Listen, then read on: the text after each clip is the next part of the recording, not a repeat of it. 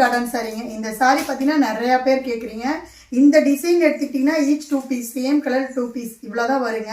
இதில் நிறையா செட் இருக்குது. ஆனால் டிசைன் வந்து பார்த்தீங்கன்னா ஒவ்வொன்றும் ஒவ்வொரு மாதிரி. ஸோ 1னா 2 அந்த மாதிரி தான் கிடைக்கும். ஸோ சீக்கிரமாக சோல்ட் அவுட் ஆகிடும். ஜஸ்ட் 400 ரூபாய் மட்டும்தாங்க.